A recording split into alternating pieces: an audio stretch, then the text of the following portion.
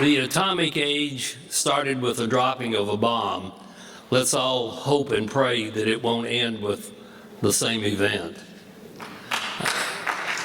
The reaction of the President of the United States, Harry Truman, was that we've got to make a blessing out of this awful thing.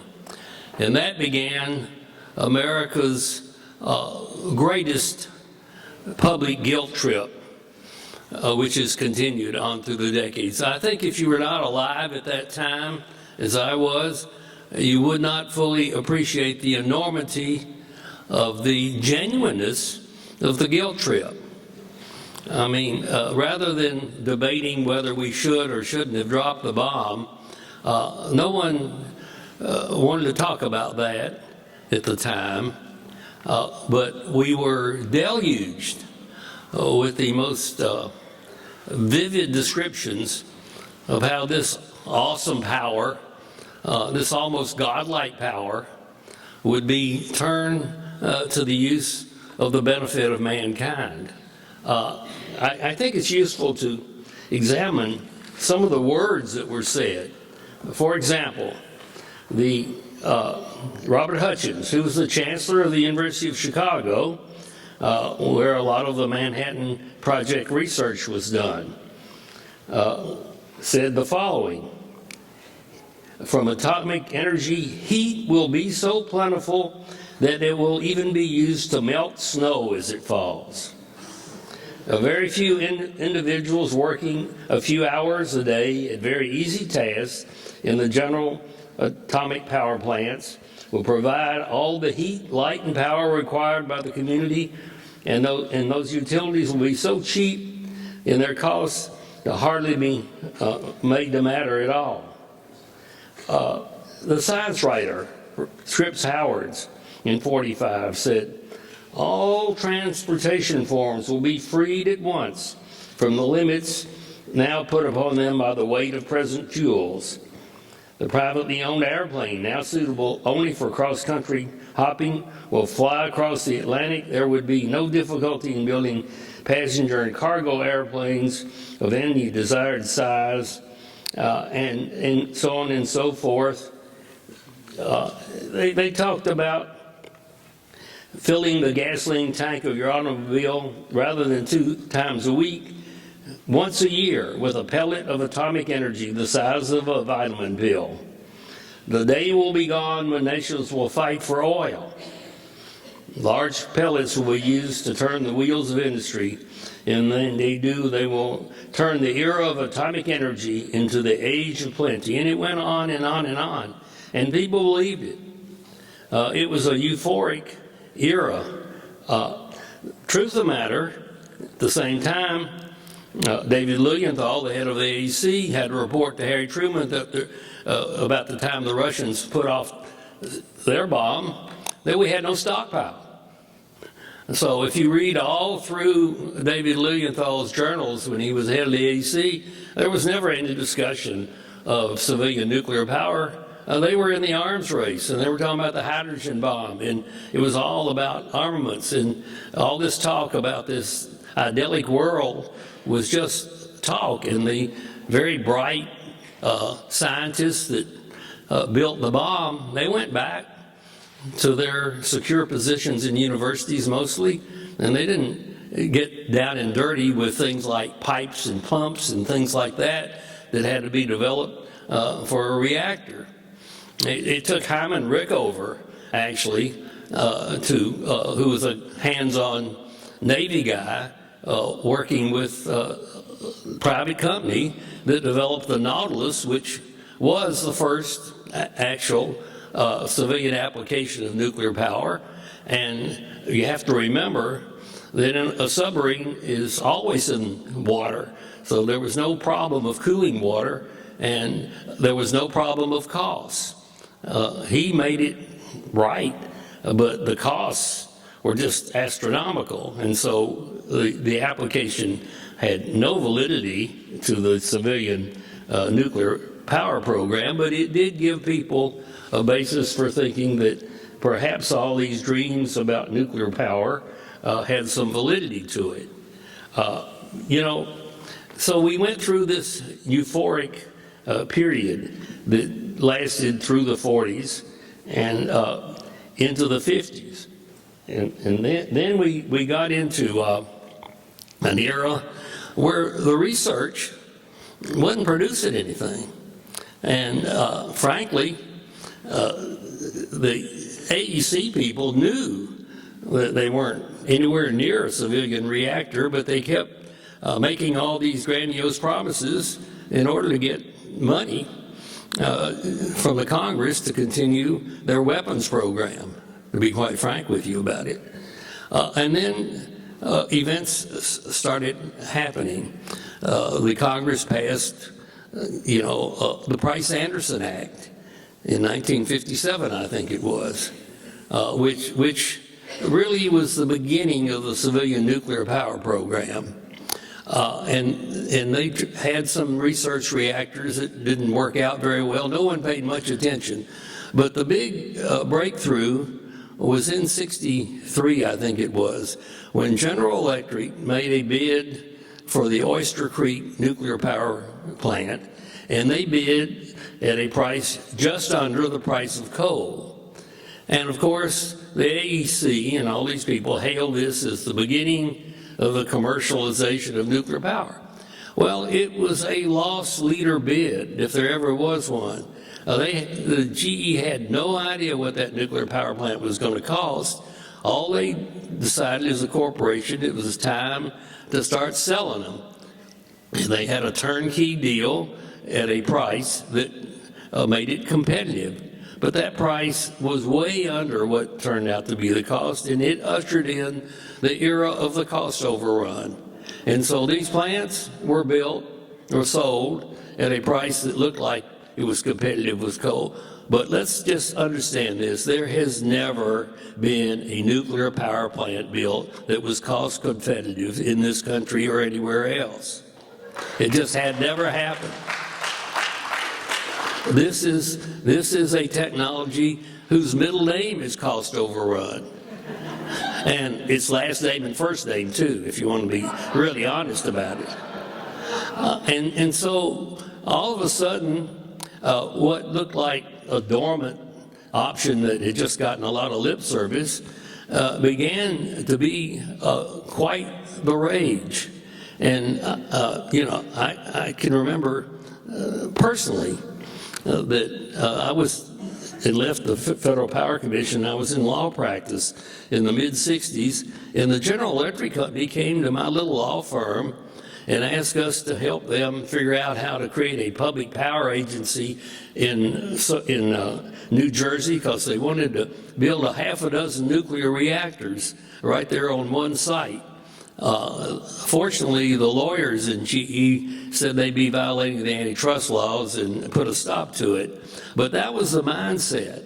It was so prevalent that a year later, the Peabody Coal Company came to our law firm and said that they were so afraid of nuclear power taking over the future, they didn't think the coal resources in the West would ever be developed, and they wanted to create public power agencies with low interest money that could make the coal cheaper so they might have a chance of competing. It was, Glenn Seaborg said, he didn't say it was probable, he said it was a certainty that nuclear power was going to be the wave of the future, and most people believed him. I personally found out how bad it was when I took over the Tennessee Valley Authority under Jimmy Carter in '76. I had found that TVA had stopped doing any maintenance work on its coal plants. For years, they were going all nuclear. They had an armada, I would call it, of about 12 nuclear reactors that they had built, and they were just writing off their coal plants. We put $1 billion into putting scrubbers and pollution control equipment on those coal plants. Then if we hadn't, TVA would have blacked out, because there were times in the future when all of their nukes were down. But anyhow, the mindset in those years was that this was the wave of the future. But mind you, that there never was a single one of these nuclear power plants whose ultimate cost was anywhere near competitive with other sources of power. And the other thing to remember is that the old AEC had the dual role of promoting nuclear power. It's in the statute, as well as regulating it. And you know what took first place. It was the promotion. In fact, they suppressed all sorts of documents from their staff raising safety questions. So the issue of safety about nuclear power was not in the public domain as we went through this euphoric era in the 60s of just about everybody and their uncle ordering a nuclear power plant. At the same time, Glenn Seaborg, the head of the AEC, had gone to 60 different nations in the 50s. Remember the most famous speech of Dwight David Eisenhower as president was the Atoms for Peace speech he gave to the UN on December 8th, I think it was, 1953.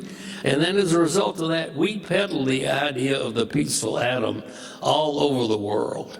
And Seaborg was the main salesman. And I remember when the first time I went to Israel, and I asked them why in the name of heaven they were considering building an atomic power plant in the state of Israel. It would just be a Trojan horse. And they said, well, Ben-Gurion told us that if you didn't have atomic energy, you weren't a modern nation. And that was really the mindset that we created. It was sold, it was made in America, it was sold by America all over the world. Now we face a new dilemma. Having sold the world on what supposedly was the peaceful atom, we find there ain't no such thing. That the road to the bomb is the nuclear power plant. And here we are in a confrontation with Iran and North Korea, who are just really implementing the program that America sold to the world. And how, in the name of common sense, can we expect the nations of the world to support us in trying to stop these countries from building bombs when we ourselves are promoting nuclear power? But it is, it is the height of hypocrisy, and it's hypocrisy that I think we don't even have a mirror in which we see, because arrogance seems to have wiped out any mirror on our part. And everybody that knows anything about it knows that not only can you enrich uranium a bit more and make a bomb, but you can reprocess the spent fuel, and the plutonium is the ingredients of the bomb. And this administration is actually trying to reverse Jimmy Carter's ban on reprocessing, so that we're in a situation where we don't see ourselves at all. But there has been one thing that has been constant throughout the whole era of nuclear power, is that it's never been economic. Never. Not then, not yesterday, not today, and not tomorrow. And what we're finding with the latest round of so-called new and improved versions, that the first thing you find out is there's a cost overrun of $1 billion or $2 billion. And the big difference is this. 30 years ago, when we went on this nuclear binge, we did not have, it was the alternative source of power. Believe me, I remember receiving a petition from the Sierra Club back in the 60s advocating clean nuclear power in lieu of some dam that was being proposed in the West. But we did not have photovoltaic cells. We did not have wind power. We did not understand you could store electricity when the sun shines and use it when the sun's not shining, etc. We did not have the alternative technologies that are truly sustainable and clean. And so we have a whole new situation on our hands, and quite frankly, I'm going to feel I'm old enough to conclude what I have to say with a kind of a Dutch uncle talk to us folks. I want to abolish sarcasm from the anti-nuclear movement. It doesn't help. It really doesn't. There is a law of physics among human beings. If you insult somebody, they want to insult you back. It doesn't make them any smarter, and it doesn't persuade them one bit. It just persuades them that you're kind of goofy. And it hasn't made a difference. We've tried sarcasm and clown suits and stuff like that for 30 or 40 years, and it hadn't. The only impact it's made is to make us seem like we're a fringe group and make them seem like they're mainstream, when it's just the opposite. It is true that this stuff is inherently the most fearsome thing on earth. But we don't talk about the part of it that I think most people can relate to the most. I mean, the average American, and I've been deeply involved in the fight against San Onofre, the average American thinks that a power plant that's been sitting there for 25 years and apparently hadn't hurt anybody, from what they could tell, nobody's really complained about it, isn't all of a sudden a killer.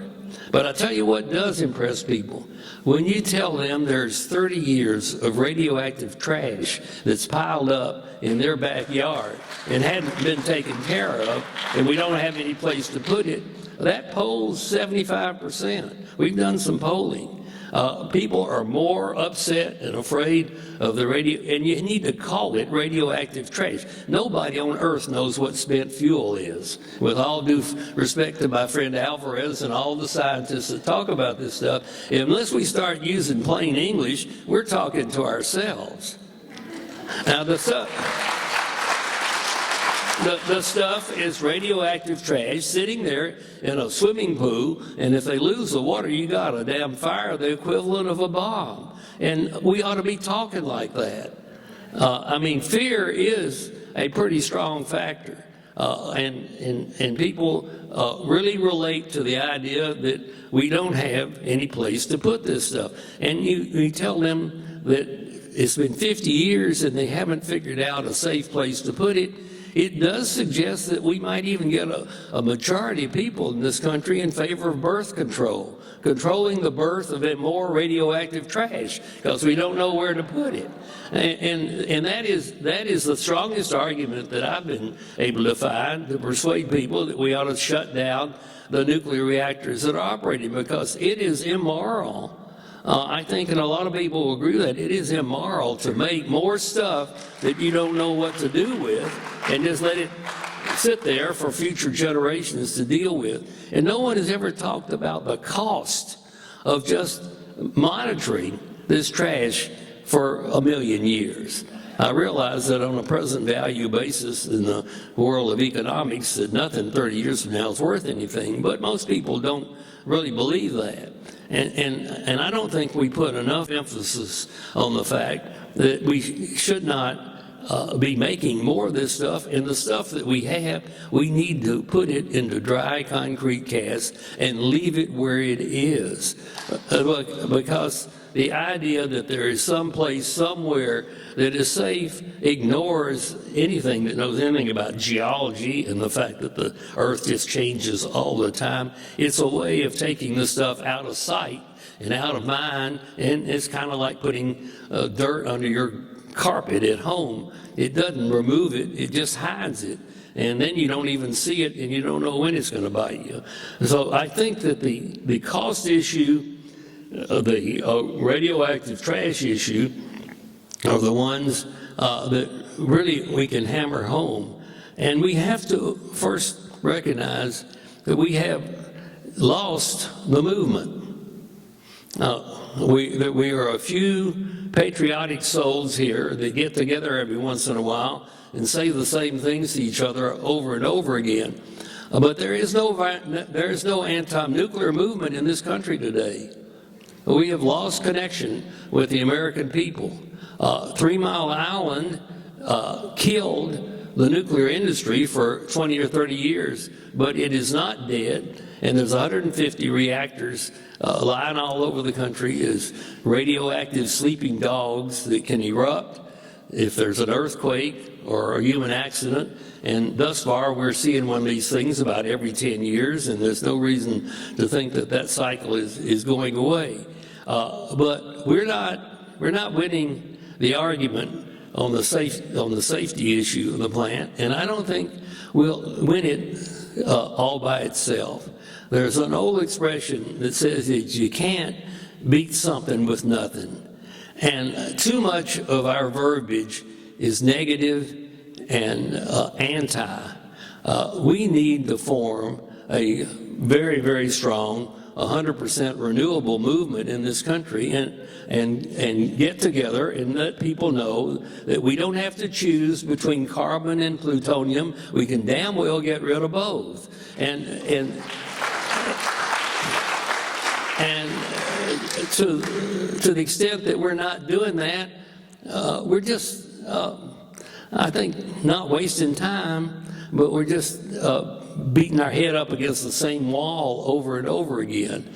There is no excuse. If we can't persuade the rest of the environmental movement, we can't hope to persuade the country as a whole. If we can't unite the folks that claim to be for the environment to the fact that the nuclear issue is an existential threat to the man and womankind just as great as climate change. I've been at this for 40 years. I have been unable to make a distinction that one is any more awesome or any worse. They're both the most horrible threats that mankind faces. But the beauty of it is that we have an alternative, namely 100% renewable, that get rid of both of them, and we are not, as a group, organized to put our emphasis on making the positive case. There's a much better chance of persuading the American people to be for something than to just be against. And we haven't persuaded folks that there is a 100% renewable alternative to both coal and nuclear. It's out there. There have been books written about it. Arjun Makhijani's written a book on it. I've written a book on it. Everybody knows that it can be done, but somehow or another, we are now all into our little tunnel visions where we're focused on, and I don't want to diminish any of the scientific studies that are being doing, but every scientist can also be a spokesperson.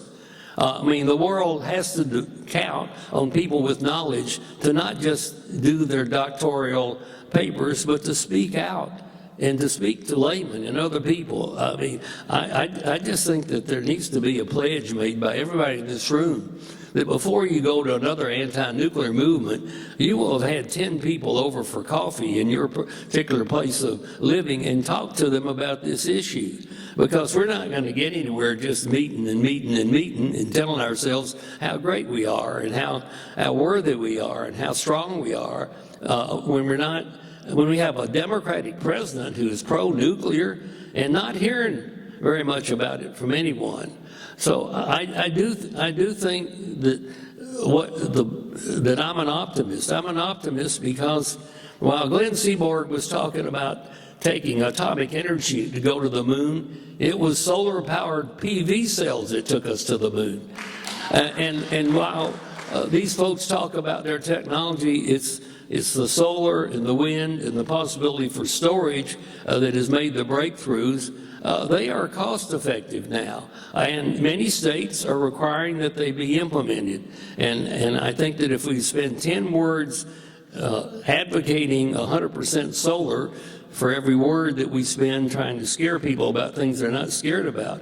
But let's talk about that radioactive trash, and let's hammer home the fact that every nuclear power plant raises your electric rates, and try to see if we can't get a young female version of Ralph Nader to take the lead here. Then we might win.